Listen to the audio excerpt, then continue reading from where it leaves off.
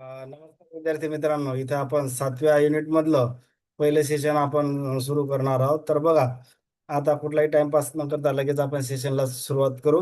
जे विद्यार्थी पहिल्यांदा चॅनलला व्हिजिट देत असतील, जे ITI प्रिन्सिपल ग्रुप बी ची एक्झामची तयारी करत असतील, त्या विद्यार्थ्यांना रिक्वेस्ट आहे, जर काही मटेरियल किंवा क्वेश्चन महत्त्वाचे वाटत असतील तर चॅनलला सबस्क्राईब करायला विसरू नका किंवा दुसऱ्यांना शेअर करायला सुद्धा विसरू नका. चला, पहिला क्वेश्चन नंबर 1 काय सांगितलं आपल्याला? Choose the correct sentence. Correct sentence इथं ओळखायचं आपल्याला. काय म्हटलं? पहिले sentence A, industrial revolution word first use by Blanqui in 1837. बरोबर आहे. ब्लँकीनं इंडस्ट्रियल रिव्हॉल्युशन हा शब्द पहिल्यांदा प्रोनाऊन्स केला होता. Industrial revolution word popularise by Arnold Toynbee. बघा, पहिल्यांदा शब्द प्रोनाऊन्स किंवा काढला कोण होता? ब्लँकी. आणि पॉप्युलराइज कोण केला? तर आर्नोल्ड टाइम्बी. हे दोन्ही नावं म्हणजे थोडेसे कन्फ्युज होऊ शकतात. तर म्हणजे पहिल्यांदा यूज कोणी केला, पॉप्युलराइज कोणी केला, तर हे थोडंसं आपल्याला सिरियसली बघायचं आहे. त्याच्यामुळे ऑप्शन नंबर 3 पॉप्युलराइज म्हणलं की आर्नोल्ड टाइम्बी आणि फर्स्ट यूज म्हटलं की ब्लँकी. हे दोन्ही नावं आपण लक्षात ठेवायला हरकत नाही. Question number 2, choose the correct sentence. आता बघा, आपल्याला करेक्ट सेंटेन्स किंवा ए मध्ये काय, इंडस्ट्री 1.0 1780चा आहे का? हो आहे. इंडस्ट्री 2.0 1870 आहे का? तर ते सुद्धा बरोबर. आता इथं काय करायचं? हे 1800 1780 आणि 1800 हे, तर इथं एकनं वाढवायचं आणि इथं एकनं कमी करायचं, म्हणजे पुढचं वर्ष बरोबर आठवते. म्हणजे 17चा इथं जर खाली गेला आपण तर एकनं वाढवा आणि इकडे असं इकडे सुद्धा म्हणजे 0 ॲज इट इज आणि इकडे सुद्धा एक न कमी करा, म्हणजे 1870 मिळते आपल्याला. इंडस्ट्री 3.0 1970, नंतर इंडस्ट्री 4.0. आता बऱ्याच ठिकाणी कुठं 2010 दिलं, कुठं 2011 दिलं, तर दोन पैकी काही जरी आलं तर करेक्ट समजायचं ते. नाहीतर सर तुम्ही 10च दिलं, 11च दिलं, ते तर बुकमध्ये 11 आहे किंवा कोण 11 दिलं. तर बऱ्याच ठिकाणी जर मी बघितलं तर तिथं मला 10 दिसलं आणि बऱ्याच ठिकाणी 11 सुद्धा दिसलं. त्याच्यामुळे तसं ते आपण कन्सिडर करायचं, म्हणजे उगाच त्याला 10 आलं काय 11 आलं काय चूक कन्सिडर नाही करायचं. इंडस्ट्री 5.0 2020 बरोबर आहे. सगळे चारही पण सेंटेन्स किंवा ऑप्शन बरोबर आहे. चारही पाचही ऑप्शन सेंटेन्स बरोबर आहे. त्याच्यामुळे ऑप्शन नंबर 4 हे करेक्ट उत्तर असणार आहे. क्वेश्चन नंबर 3 बघू. Choose the correct. इंडस्ट्री 1.0 इंग्लंडमध्ये शोध लागला त्याचा. नंतर इंडस्ट्री 2.0 ब्रिटन, USA, जर्मनीमध्ये. नंतर इंडस्ट्री 3.0 जपान आणि USA. Industry 4.0 Germany. नंतर इंडस्ट्री 5.0 जपान आणि EU, म्हणजेच काय, युरोपियन युनियन. हे असं कनेक्ट झालं का ते? हा, युरोपियन. आणि दुसरा शब्द असा इथपर्यंत वाचायचा त्याला आणि इथून असा वाचायचा. म्हणजे इंडस्ट्री 5.0 जपान आणि युरोपियन युनियन, इंडस्ट्री 4.0 जर्मनीमध्ये. म्हणजे हे सगळे करेक्ट आहे, म्हणून ऑप्शन नंबर 4 इथं करेक्ट असणार आहे. Question number 4, James watt introduce steam engine, म्हणजे वाफेचं इंजिनचा शोध जेम्स वॅटने कधी लावला? तर 1769. ऑप्शन नंबर किती असणार आहे त्याचं? 4चं 2 करेक्ट असणार आहे. नंतर question number 5, main technologies in industry 1.0. काय काय? स्टीम इंजिन आहे का? तर हो. मेकॅनिझेशन आहे का? हो. टेक्सटाईल मशिनरी आहे. स्पिनिंग जेनी सुद्धा आहे. मेकॅनिकल व्हीम मशीन आहे. मेकॅनिकल रिपर सुद्धा आहे. म्हणून सगळं बरोबर आहे. ऑप्शन नंबर 4 हे इथं करेक्ट उत्तर असणार आहे. क्वेश्चन नंबर 6 बघा. स्पिनिंग जेनी म्हणजेच काय? Spindle spinning frame for the textile industry invented by. कोण इन्व्हेंट केलं? जेम्स वॅट आहे का? तर नाही. नंतर त्याचं करेक्ट उत्तर आहे जेम्स हारग्रीव्ज. जेम्स अँडरसन नाही, तो इंग्लंडचा बॉलर आहे, त्याचा काही संबंध नाही. जेम्स रोनाल्ड सुद्धा नाही, म्हणून ऑप्शन नंबर 2 हे इथं करेक्ट आहे, जेम्स हारग्रीव्ज. नंतरचा प्रश्न, क्वेश्चन नंबर 7 घ्या आता. The primary source of the energy during the early industrial revolution वाज. कोणता होता? कोल, म्हणजेच कोळसा होता. ऑप्शन नंबर 1 आहे. क्वेश्चन नंबर 8 बघू. In industry 1.0 primary focus on mechanisation. बरोबर आहे. प्रोडक्शन इफिशियन्सी याच्यावर भर देण्यात आलेला, त्याच्यामुळे ऑप्शन नंबर 3 करेक्ट उत्तर असणार आहे. क्वेश्चन नंबर 9 बघा आता. काय म्हणते की industrial revolution 2.0 main technologies are. कोणकोणती आहे? Electricity, mass production, assembly lines, railway, telegraph, हे सगळंच आहे त्याच्यामध्ये. ऑप्शन नंबर 4 करेक्ट उत्तर असणार आहे.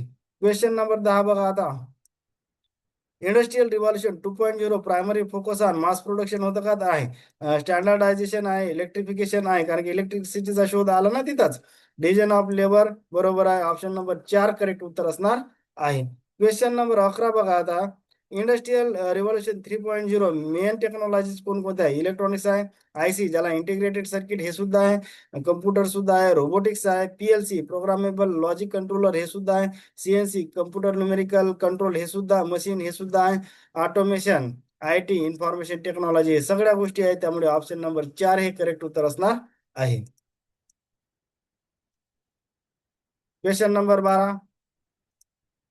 Industry 3.0 primary focus on electronics होतं का? आहे. आयटी आहे का? इन्फॉर्मेशन टेक्नॉलॉजी सुद्धा आहे, ऑटोमेशन, रोबोटिक्स काही असू द्या, इंटिग्रेटेड सर्किट म्हणजे आयसी असू द्या, डिजिटल रिव्हॉल्युशन हे सुद्धा आहे. ऑप्शन नंबर 4 करेक्ट उत्तर असणार आहे. Industrial question number 13. In industry 4.0 main technologies IoT आहे, एआय आर्टिफिशियल इंटेलिजंट आहे, क्लाउड कम्प्युटिंग आहे, बिग डेटा आहे, मशीन लर्निंग आहे, आय ओटी हे सुद्धा आहे. ऑप्शन नंबर 4 इथे सुद्धा ऑप्शन नंबर 4 करेक्ट उत्तर असणार आहे. क्वेश्चन नंबर 14 बघा. आता इथं काय म्हणते? Choose the correct. करेक्ट आपल्याला सेंटेन्स शोधायचा आहे. हे स्टेटमेंट आपल्याला दिलं, IoT full form internet of the things, बरोबर आयओटीचं तेच फुल फॉर्म आहे. नंतर question option statement number B, IoT full form is industrial internet of the things हे सुद्धा बरोबर आहे. त्यामुळे ऑप्शन नंबर 1 करेक्ट आहे. 1 आणि 2 दोन्ही सेंटेन्स असल्यामुळे ऑप्शन नंबर 1 इथं करेक्ट आहे. क्वेश्चन नंबर 15 बघा. आता industry 4.0 main focus on smart manufacturing म्हणजे स्मार्ट इंडस्ट्रीवर फोकस करते का? तर हो. नंतर डिजिटल इंटिग्रेशन हे सुद्धा आहे. त्याच्यामुळे ऑप्शन नंबर 3 करेक्ट आहे. आता इथं तुमचं कन्फ्युज होण्यासारखं आहे क्वेश्चन नंबर 12 आणि काय करा क्वेश्चन नंबर 15 हे जर ऑब्झर्व केलं आपण, इथं डिजिटल रिव्हॉल्युशन म्हणजे काय सुरुवात झालेली आहे, इथं डिजिटल इंटिग्रेशन शब्द आहे, तर तिथं कन्फ्युज होण्याचं कारण नाही. क्वेश्चन नंबर 16 बघू. Industry 5.0 main technologies are human robot collaboration आहे का? आता इंडस्ट्री 5.0 वर जे आयटी प्रिन्सिपल गट अ ची फेब्रुवारीमध्ये एक्झाम जी झाली त्याच्यावर इंडस्ट्री 5.0 वर क्वेश्चन आलेला आहे. त्याच्यामुळे आपल्याला या सगळ्याच इंडस्ट्री 4.0 सुद्धा 2.0 सुद्धा 3.0 सुद्धा 1.0 हे सगळ्या डिटेलमध्ये अभ्यास करणे एक्सपेक्टेड आहे. म्हणजे याच्यावर एखादा ऑब्जेक्टिव्ह येऊ शकतो. ह्युमन रोबोट कोलॅबोरेशन आहे, ह्युमन कोलॅबोरेशन विथ ह्युमन हे सुद्धा आहे. कोवर्ड म्हणजे कोलॅबोरेटिव्ह रोबोट सुद्धा आहे, म्हणजे कॉग्निटिव्ह सिस्टीम म्हणजे think work plan like human brain. नंतर ह्युमन मशीन कोलॅबोरेशन हे सुद्धा आहे. म्हणून ऑप्शन नंबर 4 इथे सगळेच आहे. त्याच्यामुळे ऑप्शन नंबर 4 हे करेक्ट असणार आहे. क्वेश्चन नंबर 17 घ्या आता. Industry 5.0 primary focus on human centric आहे का? हो. ह्युमन रोबोट कोलॅबोरेशन आहे का? हो. नंतर sustainable and efficient environment to the worker and industry. त्यामुळे हे तिन्ही आहेत, एबीसी हे करेक्ट असणार आहे. म्हणून ऑप्शन नंबर 4 हे इथं करेक्ट उत्तर असणार आहे. नंतर क्वेश्चन नंबर 18. क्वेश्चन नंबर 18 बघा. Represent a human centric phase of industrialisation. Human centric phase कशामध्ये आहे? तर त्याचं 18चं ऑप्शन नंबर किती असणार आहे उत्तर? आपण जर बघितलं तर ऑप्शन नंबर 4 असणार आहे. म्हणजे काय? इंडस्ट्रियल रिव्हॉल्युशन 5.0 18चं ऑप्शन नंबर 4 हे करेक्ट उत्तर असणार आहे. Industrial revolution 5.0. Choose the correct. बघा आता. इंडस्ट्री 1.0 फर्स्ट मेकॅनिकल लूम बरोबर आहे. इंडस्ट्री 2.0 फर्स्ट असेंब्ली लाईन हे सुद्धा बरोबर आहे. इंडस्ट्री 3.0 फर्स्ट पीएलसी म्हणजेच काय प्रोग्रामेबल लॉजिक कंट्रोलर हे सुद्धा बरोबर आहे. इंडस्ट्री 4.0 सायबर फिजिकल सिस्टीम हे सुद्धा बरोबर आहे. इंडस्ट्री 5.0 ह्युमन रोबोट कोलॅबोरेशन आणि सस्टेनेबल एन्व्हायरमेंट हे सुद्धा बरोबर आहे. ऑप्शन नंबर 4 हे करेक्ट उत्तर असणार आहे. Question number 20. Choose the correct sentence किंवा करेक्ट आपल्याला शोधायचं आहे.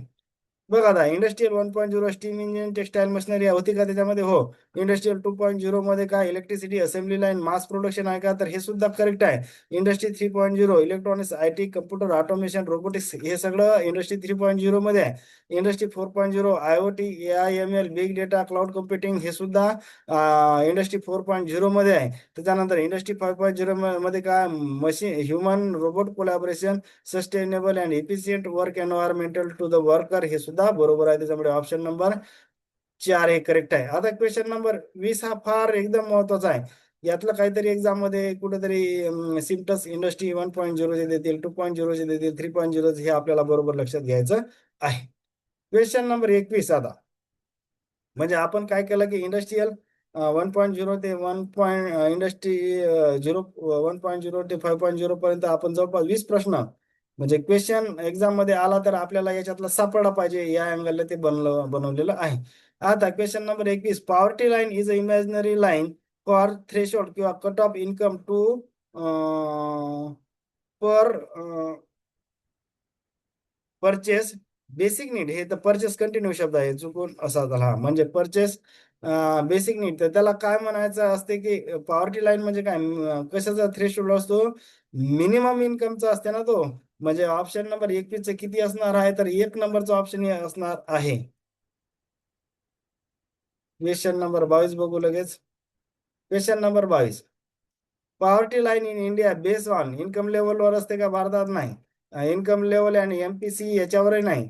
नन ऑफ द अबाव हे नाही. म्हणजे कसा काय उत्तर असणार आहे, भारतात पॉवर्टी लाईन कशावर ठरवली जाते? एमपीसी म्हणजेच काय, monthly per capita consumption, or C किंवा कन्झम्पशन एक्सपेंडिचर, याच्यावर भारतात पॉवर्टी लाईन ठरवल्या जाते. भारतात इन्कम लेवलवर पॉवर्टी लाईन ठरवल्या जात नाही.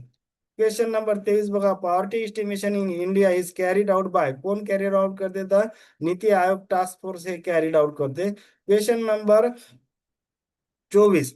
Poverty estimation in India is carried out by NITI Aayog task force through the calculation of the poverty line based on the data capture by. आता बघा, नीती आयोग जरी एस्टिमेशन करते पण डाटा कॅप्चर कोण करते? तर NSSO म्हणजेच काय, नॅशनल सॅम्पल सर्व्हे ऑफिस. त्याच्यामुळे ऑप्शन नंबर इथं 1 आहे. आता परीक्षेत लक्षात घ्यायचं की एस्टिमेशन जर म्हटलं पॉवर्टी एस्टिमेशन, तर नीती आयोग लिहायचं. पॉवर्टी एस्टिमेशन साठी लागणारा डेटा कोण कॅप्चर करते? ते NSSO लिहायचं. Question number 25. International poverty line dollar किती, 2.15 पर डे डिसाइडेड बाय, कोण करते? युनायटेड नेशन ऑर्गनायझेशन करते का? नाही. ILO इंटरनॅशनल लेबर ऑर्गनायझेशन करते का? नाही. वर्ल्ड बँक करते. त्याच्यामुळे अमेरिका, चौथा ऑप्शन USA म्हणजे युनायटेड स्टेट ऑफ अमेरिका हे करते का? नाही. तर जागतिक बँक हे करते. त्याच्यामुळे ऑप्शन नंबर 3 हे इथं करेक्ट आहे. हे $2.15 हे सुद्धा लक्षात ठेवायचं आहे. नंतर question number 26. Not the type of poverty, यातला टाईप पॉवर्टीचा कोणता नाही? ऍब्सोल्यूट पॉवर्टी असते का? हो. रिलेटिव्ह असते. नंतर ह्युमन पॉवर्टी सुद्धा असते. यातला व्हिलेज पॉवर्टी हा नसते. याचं करेक्ट उत्तर काय असणार आहे, थोडस मी क्लिअर करतो. म्हणजे याचं करेक्ट उत्तर आहे व्हिलेज पॉवर्टी, हा कसलाही टाईप नसते पॉवर्टीचा. क्वेश्चन नंबर 26 झाला. आता क्वेश्चन नंबर 27 बघू. A person when they cannot meet the basic minimum needs like food, clothing, shelter called as, त्याला ऍब्सोल्यूट पॉवर्टी म्हणतात. जे एखादा व्यक्ती त्याच्या बेसिक गरजा, अन्न, वस्त्र, निवारा हे भागू जर शकत नसेल तर तो व्यक्ती ऍब्सोल्यूट पॉवर्टी मध्ये आहे. असं काय ऍब्सोल्यूट म्हणजे काय की विदाऊट डाऊट, कुठलेही डाऊट नाही त्याच्यात, त्याला ऍब्सोल्यूट पॉवर्टी म्हणतात. अरे ज्याच्या बेसिक गरजाच भागल्या जात नाही तर त्याला डाऊट घ्यायची गरज नाही ना, तो ऍब्सोल्यूट पॉवर्टी मध्येच जाणार. म्हणून त्याचं उत्तर आहे. आता बघा, याच्यावर ऍब्सोल्यूट पॉवर्टी, रिलेटिव्ह पॉवर्टी याच्यावर वारंवार MPSC न प्रश्न विचारलेले आहे. त्यामुळे हे सगळं व्यवस्थित कन्सेप्ट समजून घ्यायची आहे.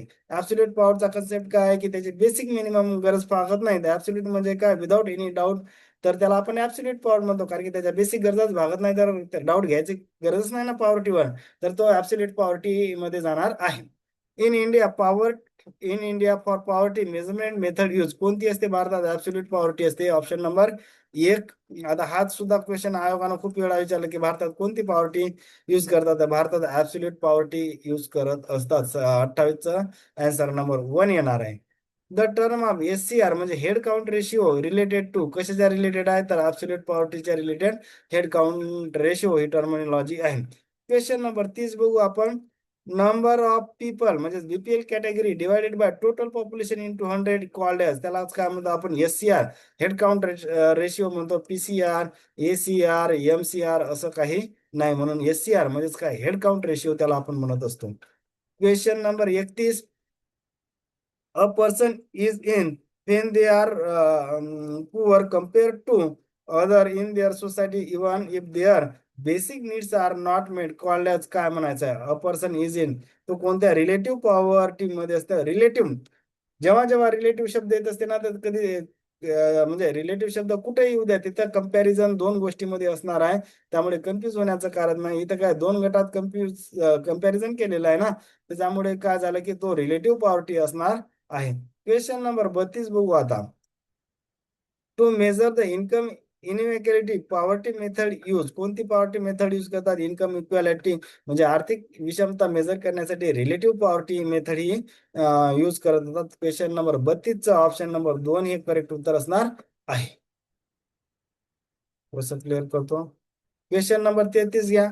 When the people when the people are deprived of the basic human needs as well as the opportunity required as human poverty म्हणतात. आता तुम्ही म्हणता सर ऍब्सोल्यूट मध्ये तेच सांगता आणि ह्युमन मध्ये तुम्ही तेच सांगता. तर ऍब्सोल्यूट मध्ये मी ते नाही सांगितलं. ऍब्सोल्यूट मध्ये फक्त काय सांगितलं, बेसिक नीड जर भागवत नसेल तर त्याला आपण ऍब्सोल्यूट पॉवर्टी म्हणतो. परंतु इथं काय, बेसिक नीड ऍज वेल ऍज अपॉर्च्युनिटी, हा जर शब्द अपॉर्च्युनिटी जर शब्द ऍड झाला तर त्याला ह्युमन पॉवर्टी म्हणायचं.